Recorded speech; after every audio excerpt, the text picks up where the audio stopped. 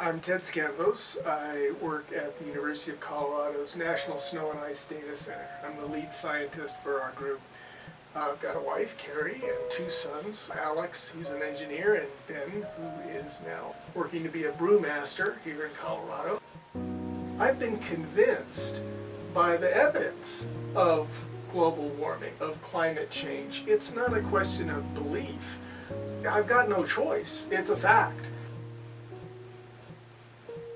There were events in one part of Antarctica that were so dramatic and so beyond what the normal pace of evolution had been in Antarctica that it convinced me that it wasn't going to wait in the polar areas, that things were going to happen rapidly, especially in areas that are close to the freezing point of water.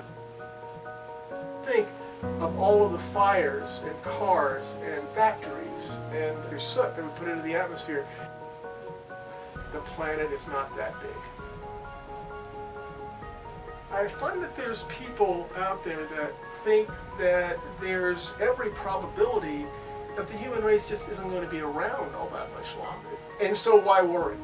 And you can't let that be a guiding theme for how you look at the future, because you're committing folks that might figure out how to get around some of these problems, and then they'll say, what the heck? I mean, you left us with a planet that's like a burned out cinder. Thanks a lot, 21st century. It's such a challenge to the way our country, all the Western world, all of the developed nations, how they work. They work on the basis of things that happen in the short term. 5 years is a long-term plan for any government to undertake. And in fact, we're talking about 50 years as being sort of the short end of the spectrum of what we might respond to with climate change. We should take steps now because we're all connected, because this timeline of humanity, there's a moral connection between all ends of it.